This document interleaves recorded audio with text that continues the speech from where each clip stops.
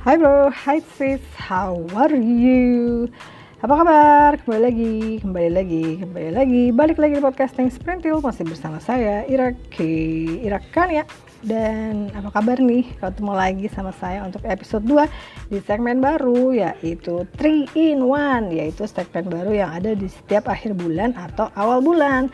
3 in 1 ini adalah catatan bubu dan catatan belajar bubu dari 3 bulan yang dirangkum dalam satu episode. Jadi catatan si bubu 3 bulan dalam satu episode, 3 in 1 namanya. Oke guys, jadi guys, ada apa aja sih selama 3 bulan kemarin ini di dunia maya dan di dunia nyata. Nah ini dia nih rangkumannya. Tapi untuk kali ini saya hanya akan ngebahas catatan saya setiap bulan di dunia permakananan. Waduh, apa sih? Bahasa naon eta teh. Di dunia makanan-makanan alias kuliner ya. Jadi nih kan gini ya ceritanya. Seperti yang kita tahu semua ya, ada tuh yang namanya sekte alias aliran cara makan bubur ya kan. Ada cara makan bubur yang diaduk, ada juga yang nggak diaduk. Nah gitu kan. Nah malah kesini-kesininya banyak juga aliran-aliran baru seperti aliran bubur disedot dan bubur pakai sumpit. Apalah itu pula ya, nggak ngerti deh pokoknya. Tapi kalau soal gaya makanan sih ya terserah orangnya sendiri ya. Mau gimana cara makannya. Mungkin juga kalau yang disedot sama pakai sumpit itu karena lagi nggak ada sendok atau memang buru-buru sambil jalan gitu ya, nggak ngerti lah, aneh juga sih tapi gitu ya. Tapi ngomongin soal gaya makanan ini ya, ternyata ada lagi nih aliran baru ya di dunia kuliner khususnya untuk makanan Padang atau masakan Padang. Jadi ada yang namanya aliran makan nasi Padang pakai tangan dan juga ada yang makan nasi Padang pakai sendok garpu. So which one are you? Kamu yang mana nih? Makannya kalau nasi Padang tuh enakan pakai tangan atau pakai sendok garpu? Nah, kalau saya sih netral aja lah gitu ya, alias di tengah-tengah gitu, karena tergantung situasi dan kondisi ya kan. Kalau lagi di acara resmi ya pastilah makan nasi Padangnya itu pakai sendok garpu kan gitu. Jadi kalau lagi acara workshop atau acara apalah undangan gitu kan, kadang-kadang kita suka disuguhinnya nasi Padang pakai kotak gitu ya. Nah kalau itu sih ya pakai sendok lah, pakai sendok garpu yang disediain, walaupun itu sendok garpunya tuh plastik, kadang-kadang gemes bangetnya enggak, karena susah motongnya, motong rendangnya atau motong ayamnya tuh susah kalau pakai sendok plastik ya kan. Jadi suka gemes gimana gitu ya kan, dengan harus usaha yang super ekstra gitu untuk motong rendangnya sama motong ayamnya gitu kan, ya kan gitu enggak sih guys. Nah biasanya sih kalau kayak gitu ya sebenarnya sih gemes banget gitu, pengennya sih langsung nyomot aja tuh ayam atau rendang gitu ya, atau terutama kalau ayam tuh pengen digerogotin aja udah tulangnya gitu ya kalau kayak lagi makan di rumah gitu kan. Jadi ya nggak bisa kalau lagi di acara resmi ya kan. Kalau misalnya di rumah sih ya udah langsung aja makannya pakai tangan, enak kan, sambil ada sambal hijaunya, cocok sambal hijau sama itu sayur daun singkongnya gitu kan, enak banget deh ya. Jadi kalau di puasa ngomongin makanan ya guys.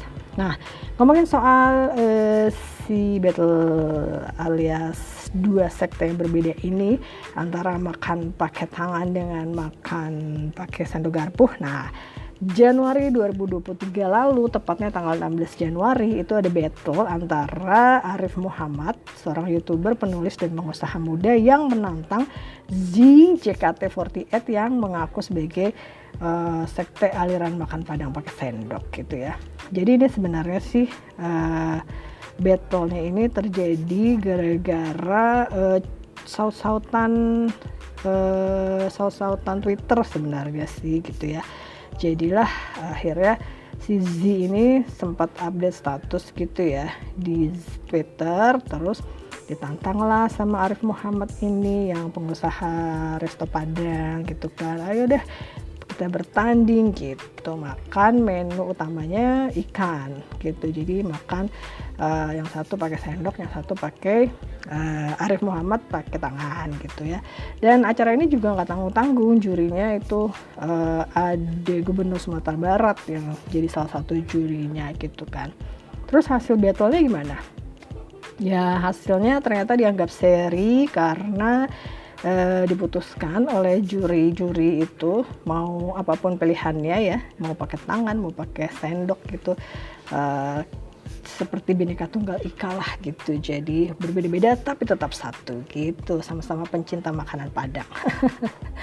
Jadi mah ujung-ujungnya promosi ya, soalnya secara juga emang pada saat itu sekaligus peluncuran juga atau peresmian cabang restoran Padang baru milik Arif Muhammad ini gitu. Jadi sebenarnya itu sih patut diacungi jempol ya, karena jadi salah satu kegiatan promosi yang cukup menarik gitu ya.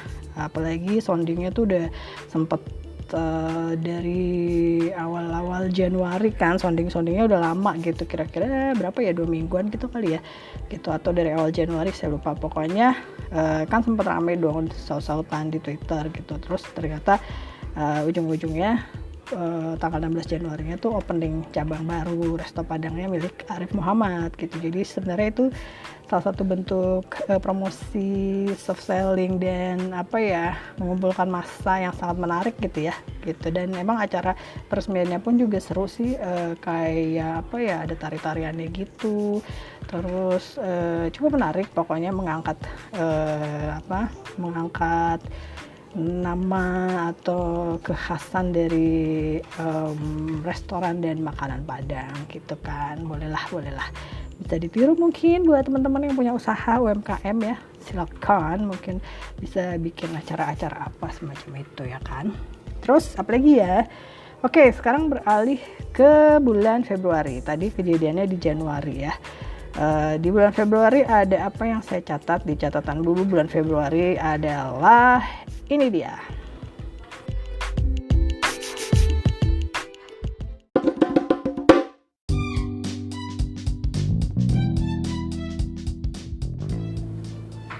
Three in one, balik lagi Think Spiritual Podcast 3 in 1, 3 bulan dalam satu episode. Tadi udah cerita sedikit tentang bulan Januari ya, sekarang cerita tentang bulan Februari. Ada apa ya Februari? Oh, aku punya pertanyaan nih. Kenapa pisang harus bawa payung? Tidak ada yang tahu jawabannya. Karena pisang goreng.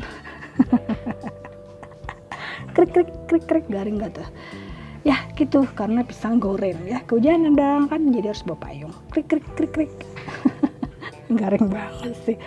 Anyway, ngomongin soal pisang ya. Jadi kenapa sih ngomongin pisang untuk yang edisi Februari? Karena ada di catatan saya, ini saya harus mencatatnya karena ini penting sekali. Karena sejak tanggal 17 Februari 2023 itu pisang goreng ternyata dinobatkan menjadi salah satu makanan terenak di dunia. Yeay, tepuk tangan. Plok. Jadi ya, pisang goreng ini menjadi makanan gorengan yang jadi favoritnya hadirin dan pemirsa ya kan. Karena apa? Karena gampang dicari, bahan-bahannya juga gampang, terus buatnya juga gampang gitu kan.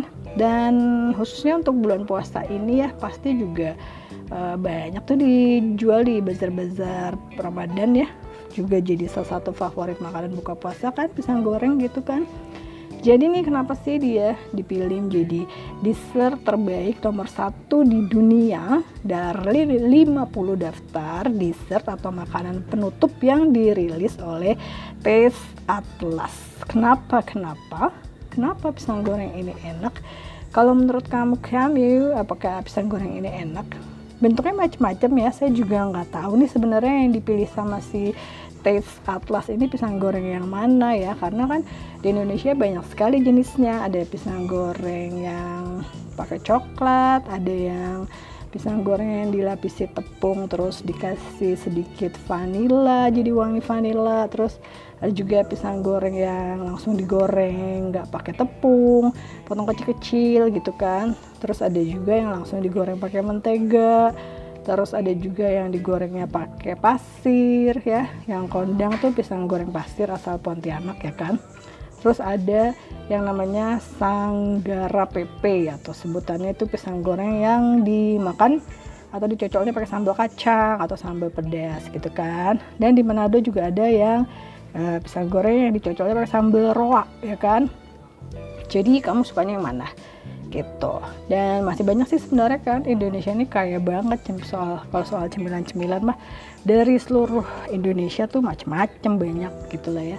Pisang goreng aja di setiap provinsi beda-beda gitu kan ya kan. Dan banyak sih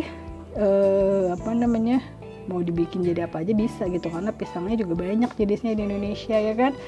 Dan gampang banget tumbuhnya juga, di halaman-halaman rumah juga ada gitu kan ya.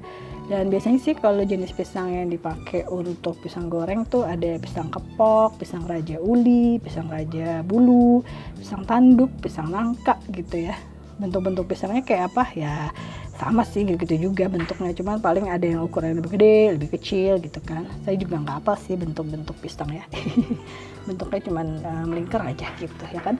Terus tapi hebat ya, salah satunya ya, cemilan Indonesia bisa ngalahin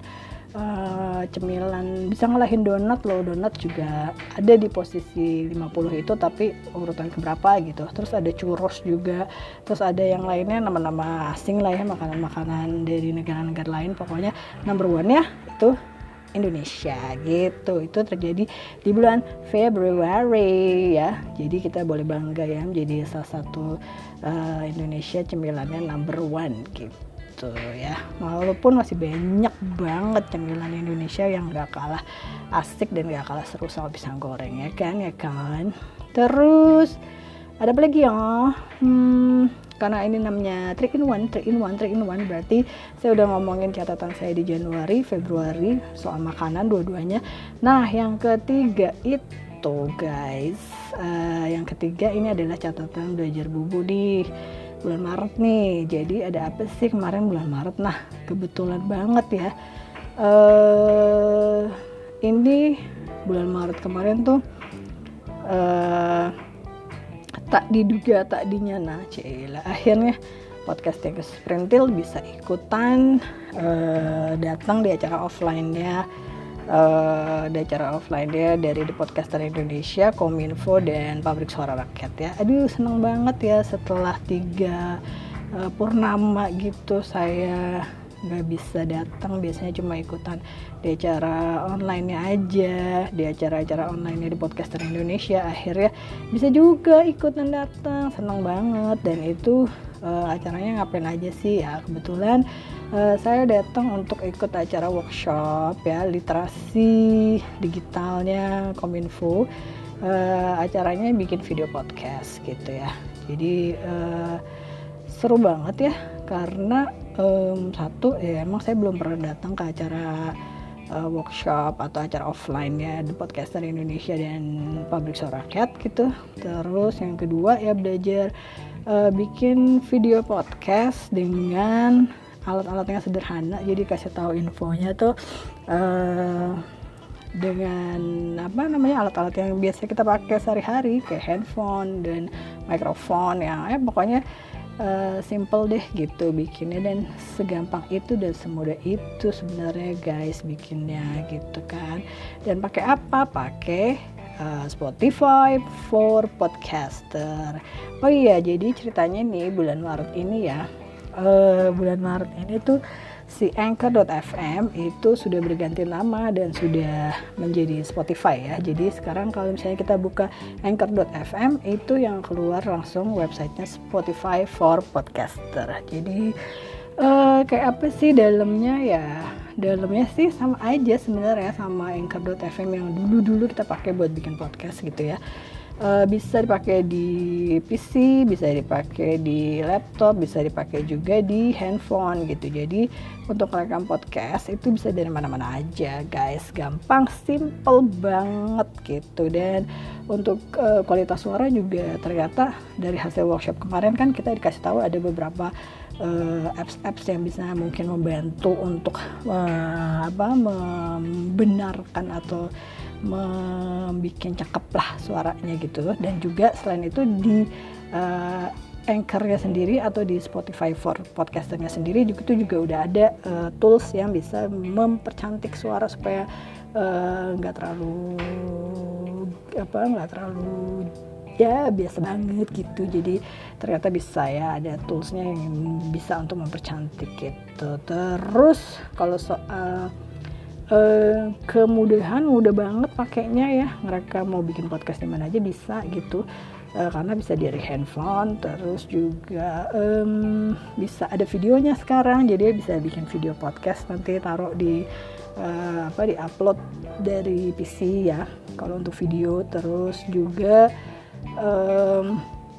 ada tools-tools yang bisa dipakai untuk berkomunikasi dengan pendengar gitu. Jadi bisa ada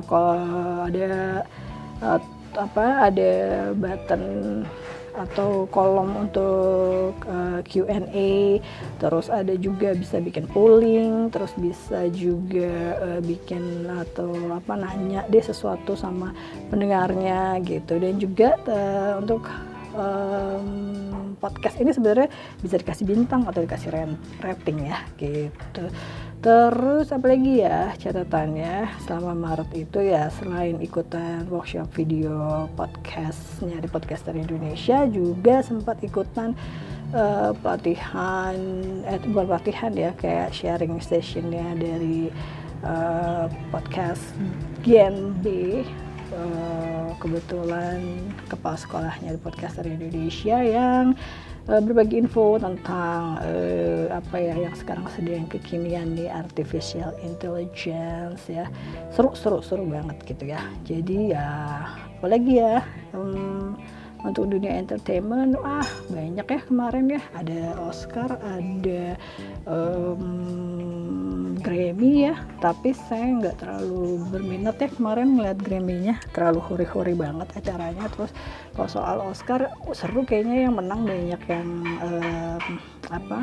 salah satunya pemenang Oscar-nya adalah idola saya tuh, Brendan Fraser. Aduh, saya senang sekali dia sudah kembali lagi ke dunia perfilman ya. Dulu saya nggak fans banget, hampir semua film-filmnya tuh saya tonton si Brendan Fraser ini tuh. Terus dari dunia perdrakoran juga banyak drakor-drakor yang baru, tapi belum semuanya sempat saya tonton, jadi saya belum bisa cerita karena saking banyaknya bingung ya gitu. Tapi seru-seru juga sih kayaknya. Oh ya, ada satu nih bulan Maret yang lagi kondang nih ya, serial dari Indonesia di Prime TV, namanya Induk Gajah. Itu kayaknya lagi happening banget tuh karena seru ceritanya. Dan juga ada satu dari Indonesia, itu judulnya yang ceritanya tentang restoran Padang juga. Ada di Netflix, yang mainnya Nirina Zubir sama Cut Mini Theo ya. Takanaju judulnya lupa saya. Nanti deh kita tonton. Nanti cerita lagi nih ya di episode selanjutnya tentang drakor-drakor seru atau film-film seru yang bisa ditonton di di Netflix dan di Disney Hotstar atau di channel lainnya. Oke. Udah, saya pamit dulu, mau siap-siap untuk buka puasa. Selamat menyambut buka puasa ya. Siap-siap buka puasa untuk teman-teman. Terus apa lagi ya, jangan lupa deh di follow ya IG-nya @thinksprintil, follow us on IG @thinksprintil. Nanti kita cerita-cerita lagi ya guys. Oke, kalau gitu saya pamit dulu ya, sampai ketemu lagi di episode selanjutnya. Bye.